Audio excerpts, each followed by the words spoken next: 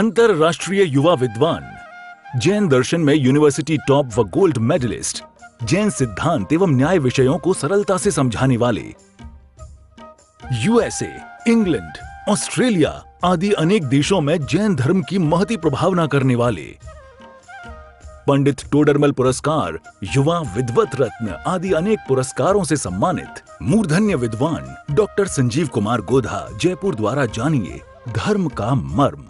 इस कार्यक्रम के प्रायोजक हैं श्रीमान अश्वनी जैन, श्रीमती श्री जैन, कुमारी अनिका जैन, दिल्ली निवासी, जयपुर प्रवासी। हंत सिद्ध सूर्य उपाध्याय साधु सर्व अर्थ के प्रकाशी मांगलिक उपकारी है। तिनको स्वरूप जाने राग ते भई जो भक्ति काहे को नमाई स्तुति को उचारी है। धन्य धन्य तीन ही ते काजे सब आज भाई कर जोड़े बारे बारे वंदना हमारी है। मंगल कल्याण सुख ऐसो हम चाहते हैं, हो मेरी ऐसी दशा जैसी तुम धारी है।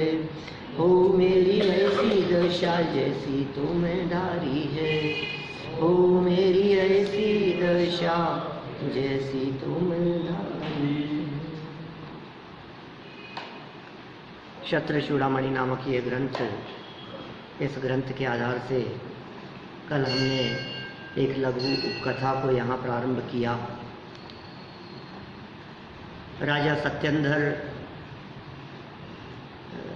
फंस गए, उलझ गए काष्टांगार के चक्कर में। काष्टांगार सेना लेकर उन्हें मारने के लिए आ गया और फिर उन्होंने अपनी पत्नी जो कि गर्भवती थी रानी विजया, उसे विमान में बैठाकर, मयूर आकृति विमान था लकड़ी का, उसमें बिठाकर कहीं दूर भेज दिया। पीछे से राजा सत्येंद्र का युद्ध हुआ और राजा सत्येंद्र की मृत्यु हो गई। उधर रानी विजया जो विमान में बैठकर जा रहे थे, विमान मार्ग में ही गिर गया, जो शमशान में जाकर गिरा और वहाँ रानी विजया ने एक पुत्र को जन्म दिया शमशान में ही। फिर एक छोटी सी कथा यहाँ प्रारंभ हुई, जिस कथा में कहा कि धाय के रूप में देवी वहाँ जीवनधर के जन्म होते ही उपस्थित हो गई। नीतिकारों ने यहाँ बहुत सुंदर बात कही थी कि जब पुण्य का उदय होता है तो साथ देने के लिए कोई भी कहीं से भी उतर आता है। ऐसा ही स्वरूप है। पाप के उदय में अपने भी पराये हो जाते हैं और पुण्य के उदय में अनजान व्यक्ति भी सहयोग करने वाले हो जाते हैं। यह सब उदय का खेल जगत में दिखाई देता है। पुण्य और पाप कर्म की विचित्रताएं आपको सारे जगत में कदम कदम पर देखने को मिलेगी। देखिए, हित चिंतकों के सानिध्य में दुख बढ़ता है। क्या कह रहे हैं? दुख बढ़ता है कि दुख कम होता है? बढ़ता है। या अपने लोग दिखते हैं ना तो वो और ज़्यादा भावुक हो जाता है व्यक्ति, और ज़्यादा रोने लगता है उन्हें देख करके। माने ये अपनों के बीच में वो दुख और अधिक बढ़ता हुआ सा लगता है। यह बात यहाँ नए श्लोक के माध्यम से कहना चाहते हैं। कल तो अंतिम चरणों में देव देवियों की बात भी कह दी थी कि जब मेरे ही पुण्य का उदय मुझे संपत्ति और सुरक्षा प्रदान करने वाला है तो फिर क्यों अन्य व्यंतराधिक देवों को पूजा जाए। ये 320 नंबर की गाथा मुझे अभी अचानक याद आ रही है। ये वो गाथा है जिसमें सम्यक दृष्टि जीव व्यंतरों की क्यों पूजा करें, इस तरह की गाथा है।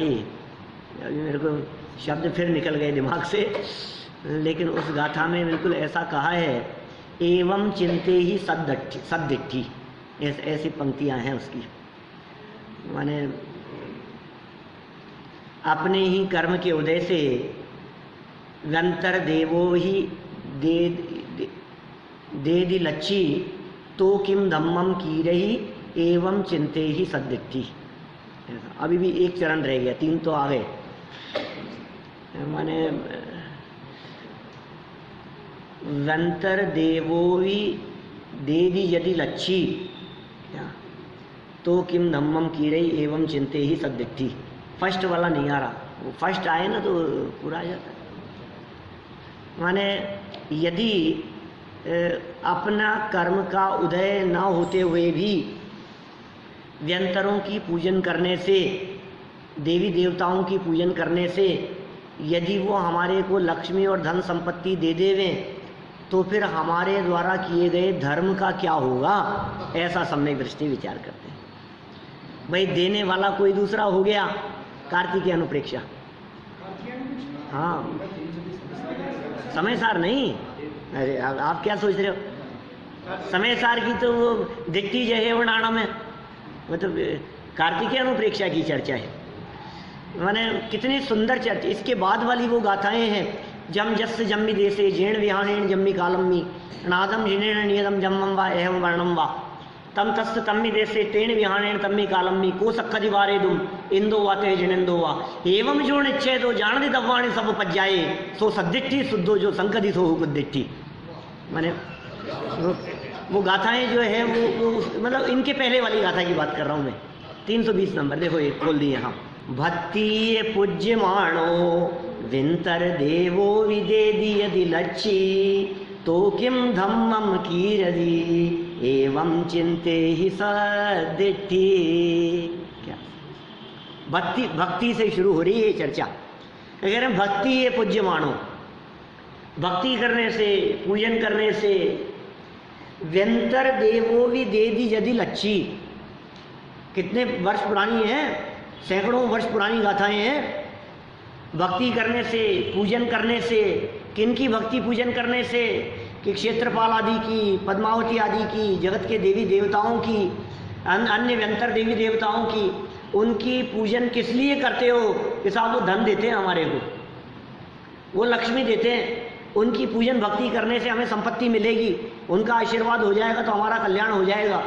ये कह रहे हैं भक्ति पूजा आदि करने से व्यंतर देवो विदेदि यदि लच्छी तो किम धम्मम कीरदि, तो फिर धर्म का क्या होगा। एवं चिंते ही सद्दिट्ठी, सम्यक दृष्टि इस प्रकार का चिंतन करता है, ज्ञानी व्यक्ति इस प्रकार का चिंतन करता है। नहीं, भाव समझ में आया कि नहीं आपको।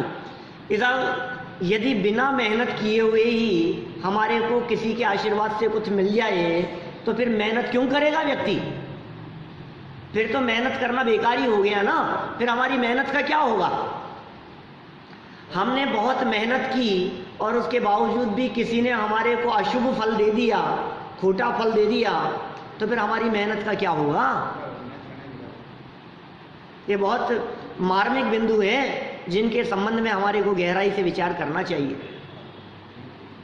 और इस प्रकरण के संदर्भ में आगे बढ़ा करके फिर वो जम जस जम्मी देशे वाली जो गाथाएं हैं वो आगे प्रस्तुत की गई, जिनके आधार पर क्रमबद्ध व्यवस्था यहाँ सिद्ध हुई। भक्ति ये पूज्य मानो, ये 320 नंबर गाथा का यहाँ उद्धरण प्रस्तुत किया। 108 नंबर पेज क्षत्र चूड़ामणि ग्रंथ में जो कल अपन ने पढ़ा है उसमें इन्होंने लिखा है कार्तिकेय अनुप्रेक्षा की गाथा क्रमांक 31 एवं 320 देखें। हम लोग तो देखते नहीं है ना, ये 320 तो हमने देख ली, अब गाथा क्रमांक 31 भी देख लो। 31 नंबर की गाथा में क्या कहते हैं। अपाणम प्रिय शरणम खमादि भावे परिणदम होदी तीव्र कसाया विठो अपाणम हवदि अपेण। जो अपने का क्षमादि 10 लक्षण रूप परिणमित करता है सो शरण है। अपाणम और जो तीव्र कषाय युक्त होता है सो अपने ही द्वारा अपने को हंता है। कौन शरण है, उस शरण पने की चर्चा यहाँ इन्होंने 31 नंबर की गाथा में की है। स्वयं स्वयं के लिए शरण है, जगत में कोई देवी देवता शरण नहीं है। किस किस की शरण लेगा, कहाँ कहाँ शरण लेता रहेगा, जगत में कोई शरण है ही नहीं ना। ये 320 नंबर गाथा याद रखना। भक्ति ये पूज्य माणो व्यंतर देवो विदेदि लच्छी तो किम धम्मम की रही एवं चिंते ही सद्दिट्ठी। सम्यक दृष्टि ऐसा विचार करता है। हाँ, करे आप फल दे अन्य तो स्वयं किए निष्फल होते। सामायिक पाठ अमित गति आचार्य कह रहे हैं। बोलो, माने किया तो मैंने, स्वयं कृतम कर्म यदात्मना पुरा फलम यदि लभते शुभाशुभम परेण दत्तम यदि लभ्यते स्फुटम स्वयं कृतम कर्म निरर्थकम तदा। अपने द्वारा किए गए निरर्थक हो जाएंगे। कितने सरल संस्कृत है, ऐसे कठिन नहीं है। क्या कह दिया? स्वयं कृतम कर्म यदात्मना पुरा फलम यदि ये लभते शुभाशुभम परेण दत्तम यदि लभ्यते, दूसरे के द्वारा किया हुआ यदि प्राप्त होता है स्फुटम तो स्वयं कृतम कर्म निरर्थकम तदा। काम मैंने किया, फल कोई और मुझे दे देवे तो मेरे किए हुए का क्या होगा? न्याय तो यही है, जिसने जैसा किया है उसको वैसा फल मिलना चाहिए। यही प्रकृति है, प्रकृति की यही व्यवस्था है, यही न्याय है, यही नियम है, यही सिद्धांत है। जिसने जैसा कर्म किया है, सारा जगत यह बात कहता है, जैसा कर्म करेगा वैसा क्या। जिसने अच्छा किया है उसको अच्छा मिलेगा, जिसने बुरा किया है उसको बुरा मिलेगा। क्या भगवान नहीं, ये कर्म का फल क्या, अच्छे अच्छे कर्मों का फल, अच्छे और बुरे कर्मों का फल सबको मिलता है अपना अपना। देखिए, हित चिंतकों की यहाँ बात कह रहे हैं। अब तो हित चिंतकों के सानिध्य में दुख बढ़ता है। 108 नंबर पेज। ताम पश्यन्त्य अभूतस्य उद्वेलः शोक सागरः सन्निधौ हि स्वबन्धूनां दुःखमुन्मस्तकं भवेत्। उसको देखकर रानी का शोक रूपी सागर उमड़ पड़ा और बढ़ गया। किसको देखकर? रानी शमशान में पुत्र को जन्म देकर वहाँ पड़ी है और उसी समय धाय का रूप बनाकर एक देवी प्रकट हो गई। देवी को देखते ही मानो शोक का सागर उमड़ पड़ा।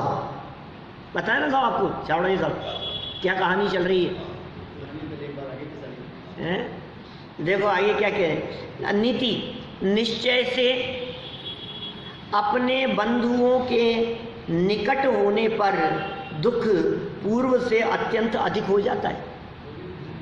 कितने संकटों में हो, कितने दुख पा रहे हो, कितने दुख भोग रहे हो, भुगत रहे हो, लेकिन जब अपने कोई सगे आ जाते हैं तो फिर उनके सामने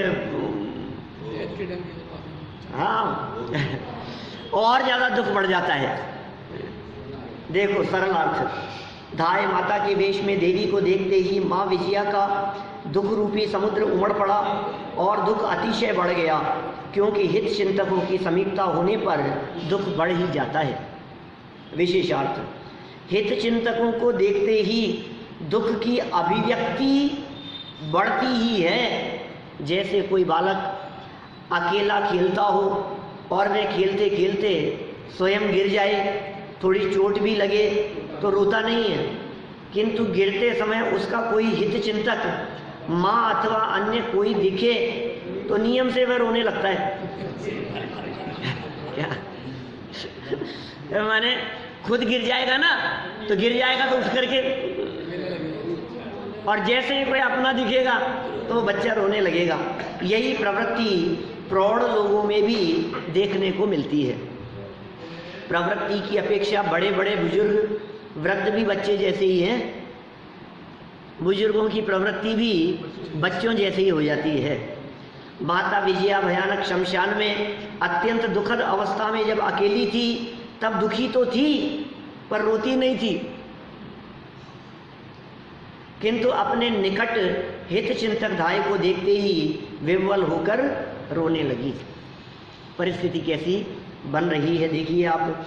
देवी का माँ विजया को समझाना, देवी समझा रही है माँ को।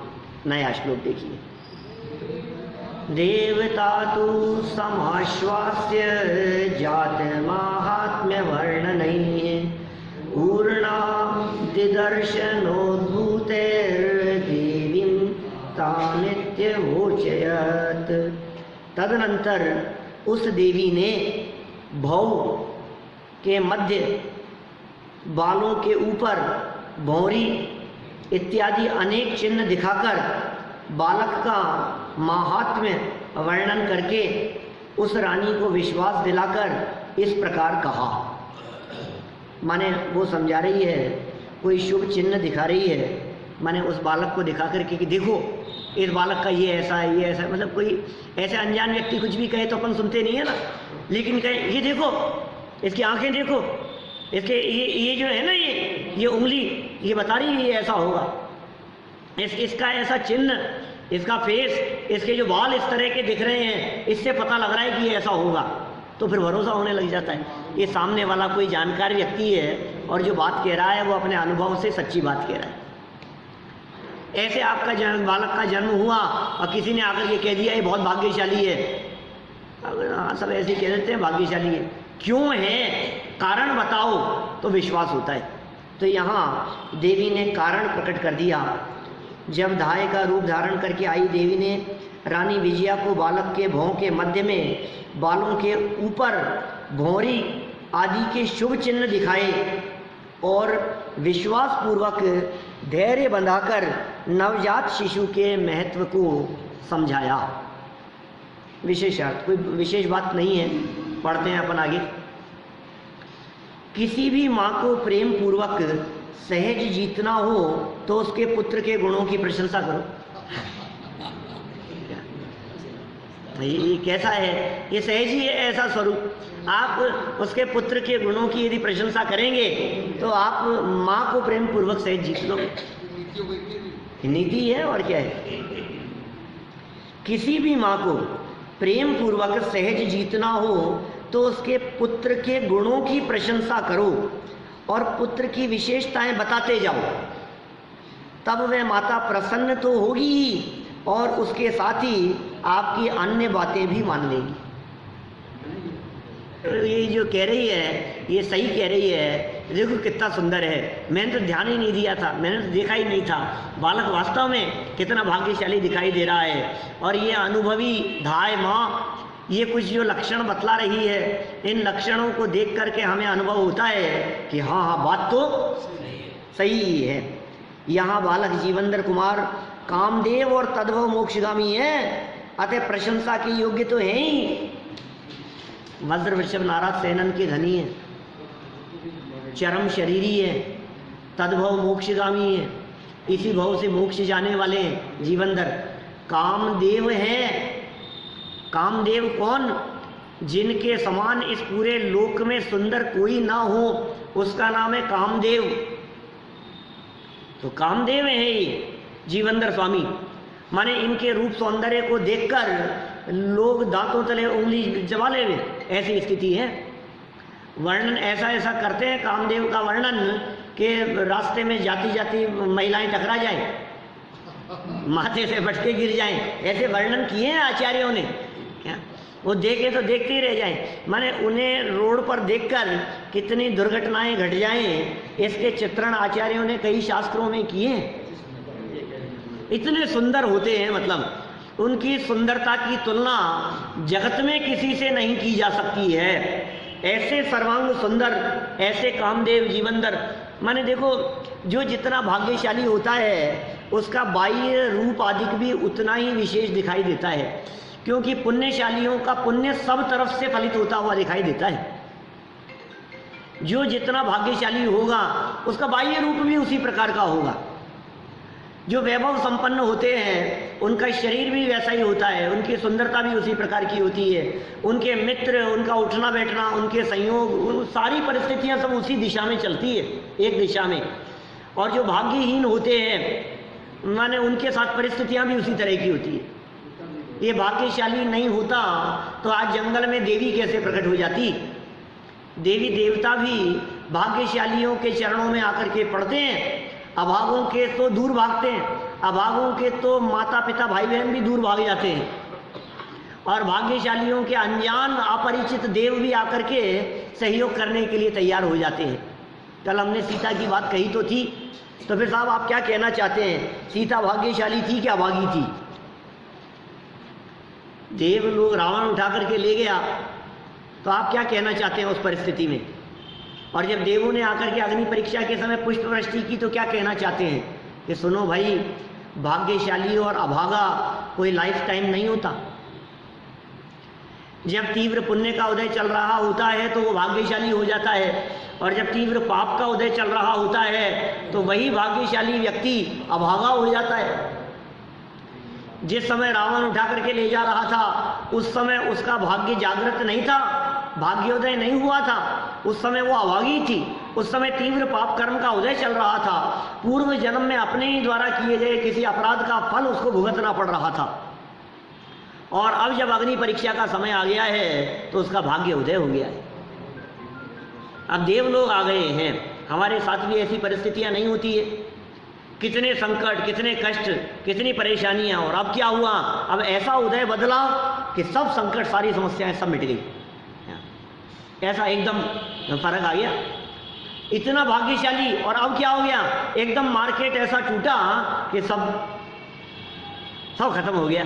ये क्या हो गया? ऐसी परिस्थितियां बदलती रहती है। देखिए क्या कह रहे हैं यहाँ आगे। वो कैसा था? कामदेव के समान था बालक, अत्यंत सुंदर। माने यदि वो शमशान में अमावस्या की रात्रि में अंधकार में बिना लाइट, बिना रोशनी, बिना प्रकाश के पड़ी हो तो वो सुंदर बालक की उपस्थिति मात्र ही वहां प्रकाश उत्पन्न कर रही हो, इतना सुंदर था। तो बात तो सही समझ में आ ही रही है। तद्भव मोक्षगामी और प्रशंसा के योग्य तो वे हैं। देखिए माँ विजया को देवी का आश्वासन, देवी कुछ आश्वासन दे रही है विजया माँ को। क्या आश्वासन दे रही है? देखो, क्योंकि ये तो घबरा रही है, पति है नहीं, राज्य है नहीं, पैसा है नहीं, खिलाने वाला कोई है नहीं, रोटियों की व्यवस्था नहीं है। ये कैसे परिस्थिति बन रही है इनकी? बड़े बड़े महापुरुषों की ऐसी परिस्थितियां बनती हुई दिखाई देती है। श्री कृष्ण की ऐसी परिस्थिति बनती हुई दिखाई दी, हनुमान जी का जन्म के समय ऐसी परिस्थिति बन गई कि कहाँ जाकर के उसका अंजना गर्भवती अवस्था में और जंगल में जाकर के पुत्र को जन्म दिया। हनुमान जी का जन्म भी जंगल में हुआ था, श्री कृष्ण का जन्म जेल में हुआ, जीवंदर स्वामी का जन्म शमशान में हुआ, लवकुश का जन्म जंगल में हुआ।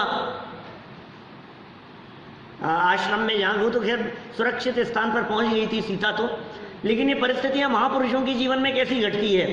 हमारा कहाँ हुआ? नगर के बीच में है, अस्पताल में।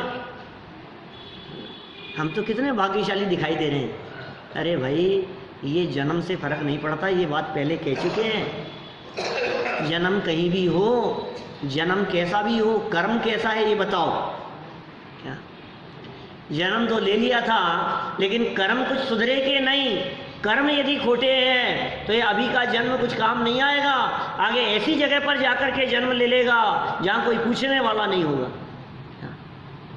यहाँ तो लोग तुम्हारे को जय जयकार करते रहे, लेकिन जीवन भर के जो कर्म किए हुए हैं वे सारे के सारे कर्म कहाँ जाकर के फलीभूत होंगे आपको अंदाजा नहीं है इस बात का। यहाँ तो लोग जय जयकार कर रहे हो, प्रशंसा कर रहे हो, गीत गा रहे हो, शव यात्रा निकल रही हो, लोग बहुत प्रशंसा कर रहे हो कि अरे अरे बहुत बड़े आदमी थे, बहुत सरल थे, बहुत दानी थे, ये चर्चा चल रही हो। और वहाँ नरक में जाकर के अंतरंग परिणामों का फल वहाँ डंडे पड़ रहे हैं। यहाँ चंदन की लकड़ियों में जलाया जा रहा हो और वहाँ भयंकर आग में जल रहा हो। ये चंदन की लकड़ियों की ठंडक और शीतलता ये थोड़ी बहुत भी नहीं पहुँचती है वहाँ नीचे। थोड़ी बहुत तो पहुँच जाए, कुछ असर नहीं होता।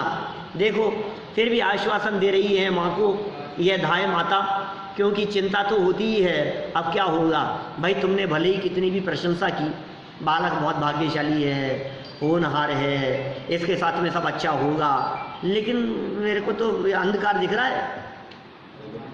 मुझे तो ये दिख रहा है कि अभी रोटियां क्या खाऊंगी और क्या खिलाऊंगी, अभी कुछ शरण नहीं दिखाई दे रही है। क्योंकि एक भी तो व्यक्ति नहीं है सहयोग करने वाला। एक अनजान अपरिचित व्यक्ति ने आकर के कह दिया कि ये बहुत भाग्यशाली है, उससे क्या होता है? आपके द्वारा की गई प्रशंसा से पेट थोड़ी ना भरता है। पेट भरने के लिए तो रोटी चाहिए, जीवन यापन करने के लिए तो धन चाहिए, रहने के लिए तो मकान चाहिए, बालक का जन्म हुआ है, इसको पहनाने के लिए तो कपड़े चाहिए। अभी तो इसको पहनाने के लिए तन पर कपड़े भी नहीं है।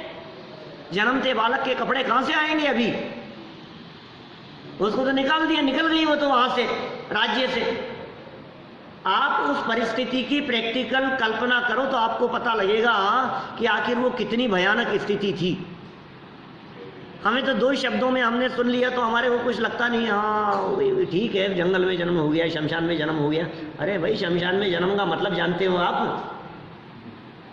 कल हमने कुछ ऐसी चर्चाएं कर ली कि ट्रेन में जन्म हो गया, कि प्लेन में हो गया, कि रास्ते में हो गया, लेकिन उनके साथ तो परिवार भी है और ठिकाना भी है और लोग भी हैं।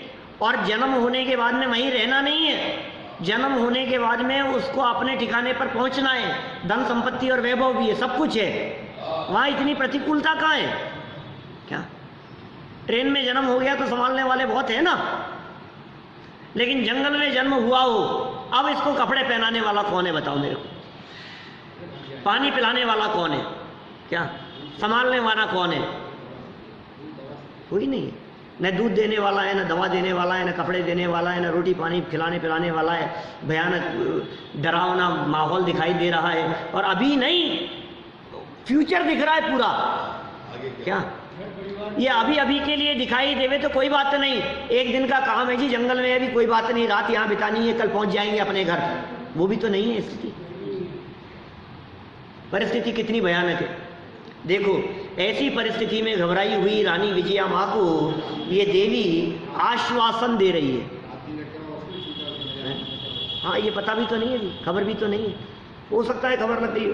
देखो क्या कह रहे हैं, पुत्राभिवर्धनोपाये देवी चिंता निवर्त्यताम् क्षत्रपुत्रोचितं कश्चिदेनं संवर्धयिष्यति। हे देवी, तुम पुत्र की वृद्धि के उपाय में चिंता मत करो। कोई क्षत्रियों के पुत्रों के योग्य इसका पालन पोषण करेगा। ये हे देवी कौन कह रहा है? ये वो धाय थी ना, वो इसको देवी कह रही है, क्योंकि वो तो धाय का रूप बना करके आई है। धाय का रूप बना करके आई है माने दासी का रूप बना के आई है। और रानी विजया जिस वेश में आई थी तो ये दास दासियों के वेश में तो नहीं थी, ये तो महारानी थी। शक्ल महारानियों जैसी होगी, वेशभूषा कपड़े महारानियों जैसे होंगे, हैं? तो सच में वहां जंगल में ये रानी तो लग रही थी देवियों जैसी, और वो देवी लग रही थी दासियों जैसी। तो दासी ने क्या जवाब दिया? धाय माँ ने क्या जवाब दिया उसको कि हे देवी, तुम पुत्र की वृद्धि के उपाय में चिंता मत करो। पुत्र कैसे बड़ा होगा, इसका क्या होगा, इसका पालन पोषण कौन करेगा, मत सोचो इसके बारे में कुछ भी। क्षत्रियों का पुत्र है ये, राजा का पुत्र है, इसका लालन पालन भी क्षत्रिय पुत्रों के जैसे ही होगा। तुम चिंता मत करो, घबराओ मत। क्या बात कह रहे, ये कैसे होगा, कहाँ रहेगा? अब दिमाग में कई तरह के विकल्प चलने लगते हैं कि पता नहीं क्या होगा, पता नहीं क्या होगा। काष्ठांगार तो नहीं ले जाएगा इसको उठा करके, कौन आएगा? मेरे भाई आएंगे कि मामा आएंगे कि पिताजी आएंगे, कौन आकर के ले जाएगा? कैसी परिस्थिति बनेगी? आगे जाकर के घटना फिर एक नया मोड़ लेने वाली है। यद्यपि संक्षिप्त घटना जब हमने पढ़ी थी तो आपको पता है पूरी स्थिति क्या होगी। देखो सरल अर्थ, हे माता, तुम अपने पुत्र के बड़े होने और पालन पोषण की चिंता छोड़ दो। देखो आपको जो चिंता है ना, ये यहाँ ये सब नीतियाँ ही बतला रहे हैं। आपको अपने बच्चों की चिंता है, हे माता, तो इसकी चिंता छोड़ दे। क्या क्यों छोड़ दे? पता नहीं क्या होगा, पता नहीं कैसे पढ़ेगा, पता नहीं क्या करेगा, पता नहीं इसके भाग्य में क्या होगा, है ये क्या कमाएगा, इसके सर्विस का क्या होगा, इसके बिजनेस का क्या होगा, इसके काम का क्या होगा। बात तुम छोड़ दो चिंता। हर व्यक्ति अपना भाग्य खुद लेकर के आता है, सबका अपना अपना भाग्य है। और इतना तो समझ लो भैया, आपके घर में जन्म लिया है तो अभागा तो है नहीं, क्या भाग्यशाली तो है। अब आप कितने भी चिंता करते रहो कि शुभम का क्या होगा, अरे नाम ही उसका शुभम है, क्या होगा बताओ?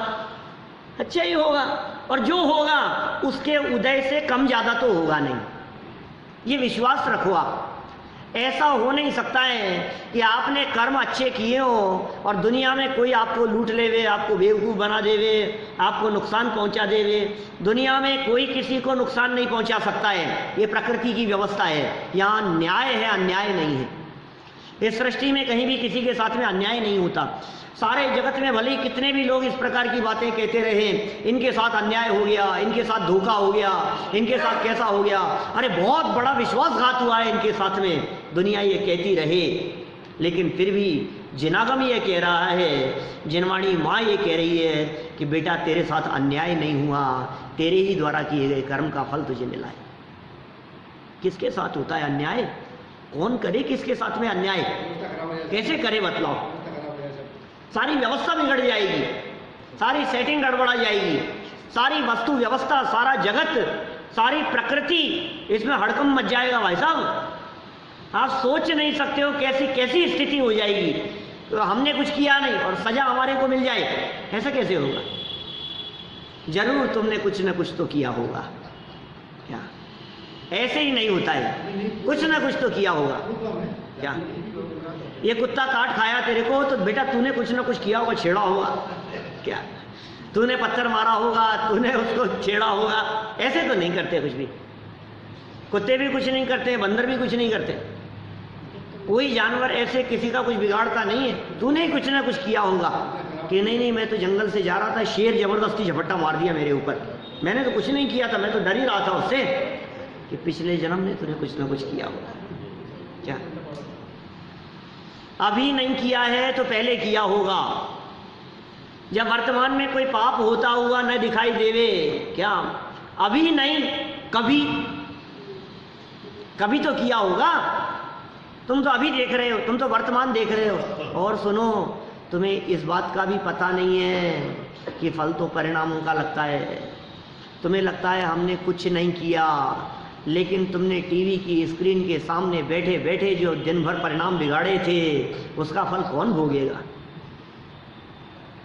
जब स्क्रीन के सामने बैठे बैठे तुम्हारे मन में ये भाव आ रहा था, और मार इसको तो खूब पिटाई होनी चाहिए।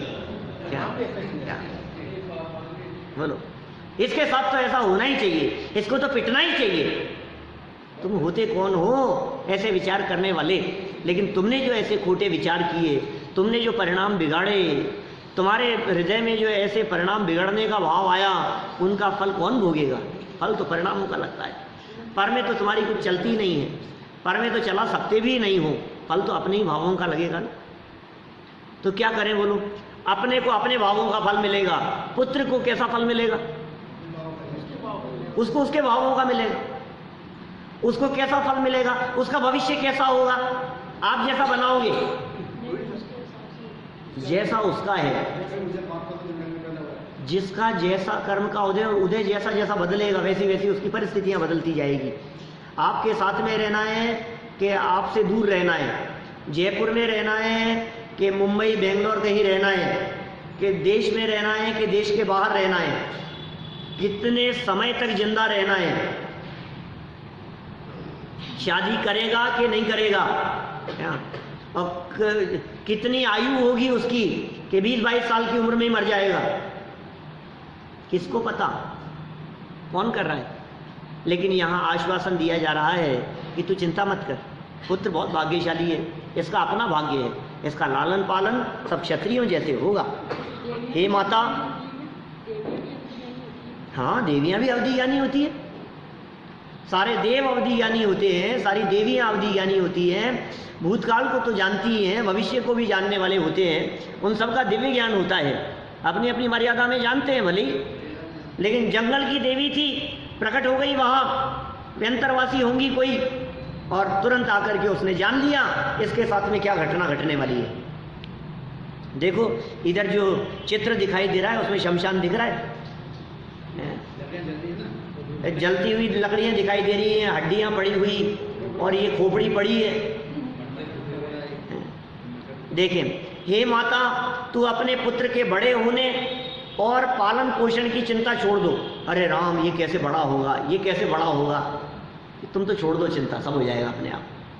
क्या कोई मनुष्य आपके इस पुत्र का क्षत्रिय पुत्र के योग्य उत्तम पद्धति से लालन पालन करेगा, कोई व्यक्ति ऐसा आएगा, अभी आएगा यहाँ और यहाँ आकर क्षत्रिय पद्धति से तुम्हारे पुत्र का लालन पालन करेगा, इसलिए तुम चिंता करना छोड़ दो, तुम व्यर्थ की चिंताओं से आकुलता व्याकुलता मत करो। इस कार्यक्रम के प्रायोजक हैं श्रीमान अश्वनी जैन, श्रीमती श्री जैन, कुमारी अनिका जैन, दिल्ली निवासी, जयपुर प्रवासी।